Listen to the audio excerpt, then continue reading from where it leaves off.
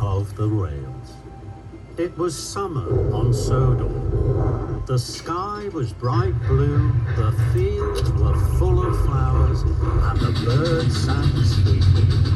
As Thomas filled up with water, he felt very happy. Suddenly there was a whoosh and a wheesh and a clackety-clack as a streak of silver roared by on the track. Sizzling fireboxes, what was that? All over Sodor, Thomas's friends were buffeted and blasted on their tracks. Bubbling boilers. That's my buffers. Looks like paintwork. Trembling tracks! What was that? Gosh. Slow down, Speedy. Rail Raider! Later, Thomas and his friends were at Knapford. They were very puzzled. He was big. He was singing. He was very, very fast. That must mean it's... Spencer! Hello, Sodor. What do you know? I'm here for the summer. Why? I have a very important job to do. The Duke and Duchess of Boxford are having a new summer house built. It has to be finished in time for the Duke and Duchess's holiday. I'm very busy, no time to chat. And Spencer steamed smugly away. Cinders and ashes. Having Speedy Spencer on Sodor for one day is bad, but for the whole summer... Is terrible. That afternoon, Thomas and Percy were huffing and puffing up Gordon's Hill. Then they heard Spencer whooshing and wheeshing behind them. A little more puff, and you might make it to the top by tea time. Bossy boiler. Next, Spencer caught up with Gordon. Out of my way, sluggoach! Oh, the indignity! Toby was huffing slowly to a junction. Spencer steamed alongside, hooting and tooting. It looks like you're too old now to be really useful, Toby.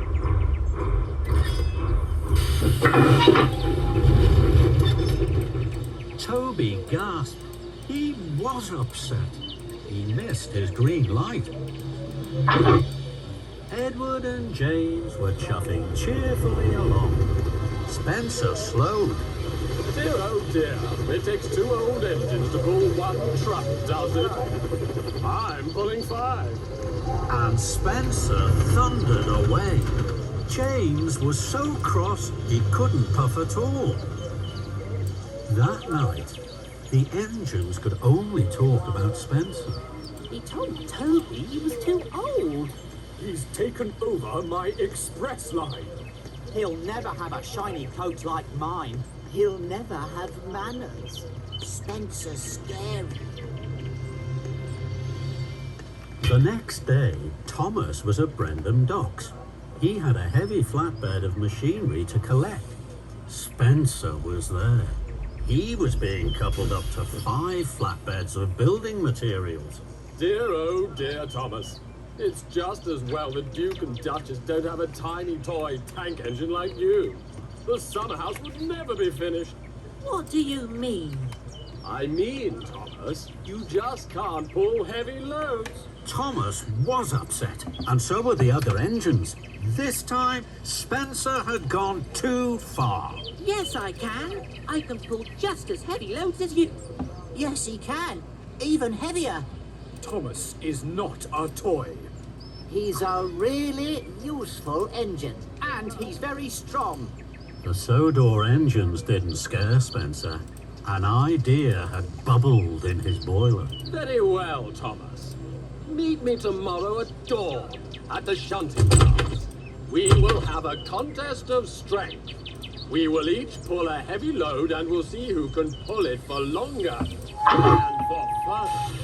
Spencer slipped slyly out of the docks. Suddenly, Thomas felt very worried. Bust my buffers. I can't do this. Spencer will win a contest of strength. The other engine saw that their friend was worried. You're the number one engine on Sodor. Your show Spencer and Sodor engines are more special than me. I know that because you're my best friend. Thomas looked at his best friend Percy. Percy believed in him. Will you, Spencer Dawn? I will win. Early the next morning, cold Thomas and his friends waited for Spencer. They could see a streak of silver engine coming towards them. It was Spencer. Thomas felt worried. I can't do this, Percy. Yes, you can, Thomas. You always tell us we can do whatever we want to. So can you. The tracks were cleared for Spencer and Thomas, and both engines were coupled up to their heavy motors. Egg puffed forward. You will each take different tracks round the island. You may only stop for coal and water. Then Edward whistled long and hard. The contest had begun. Spencer and Thomas pumped their pistons.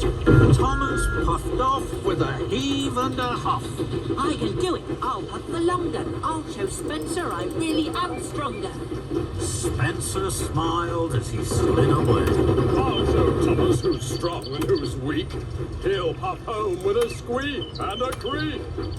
The other engines watched and worried. Then they blew their whistles long and strong. Good luck, Thomas. Thomas and Spencer puffed round the island. They clickety-clacked along the tracks. They whooshed through woods. And they huffed up hills. Spencer steamed and smiled. He raced and he roared. Thomas puffed and huffed.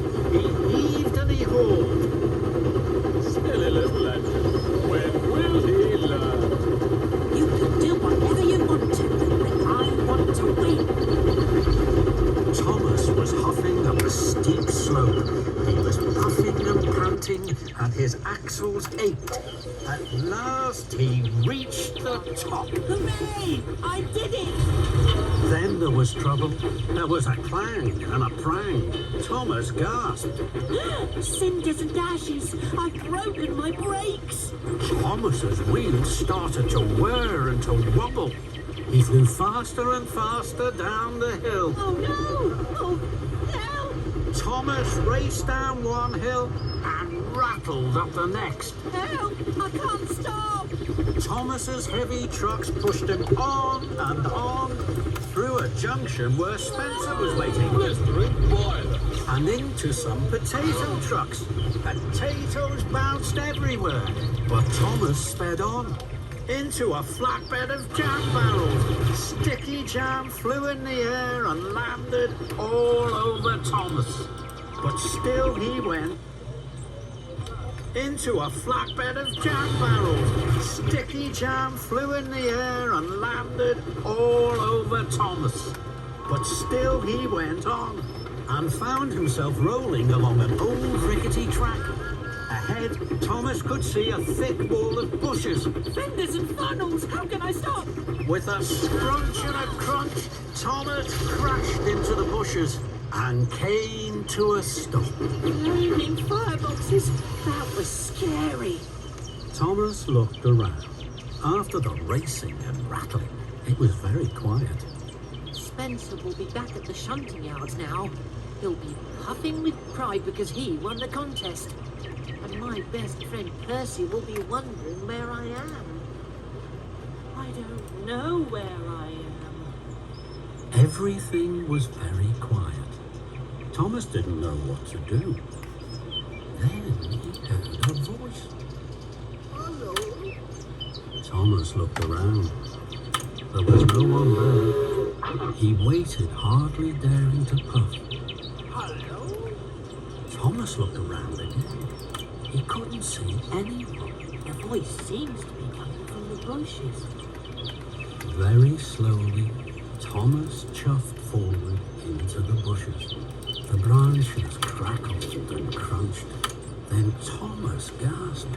His eyes popped wide with wonder. There, On the other side of the bushes was a very old engine. It was broken and rusty. Thomas felt scared. He didn't dare speak.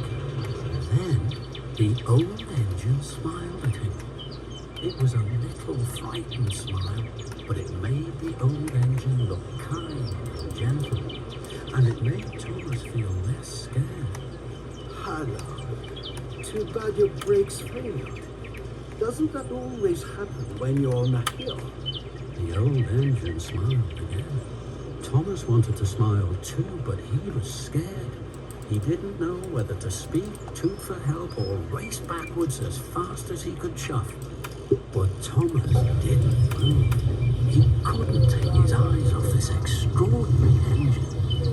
Hello, my name is Thomas. My name is Hiro. Thomas wasn't sure what to say next. He had never met an engine as old and strange as Hiro. Why, where have you been? That's a very long story. Do you like stories, Thomas? Yes, the little engines in the hills tell me stories all the time. I hope you will like mine. I came here a long time ago from another island. I was one of the first steam engines to arrive on Sodor. Thomas was alone. Where is your island? My island, long way. There are mountains and snow and sea. There are lots of railways. I was the strongest engine at home. I was called Master of the Railway. How did you get to Sodor? I came in a very big ship. The journey lasted many days and we sailed many seas. When I arrived at the docks, it didn't look at all like home. What was Sodor like then? It was very quiet. I was the only engine on Sodor. They called me Master of the Railway here too. I was very happy. What happened? I started to break down. The mechanics didn't have parts for me. So I was put in a siding. I had to wait for parts for my island. I waited and waited. And now I'm sure the parts will never come. Thomas's eyes were wide with wonder. Do you miss your home?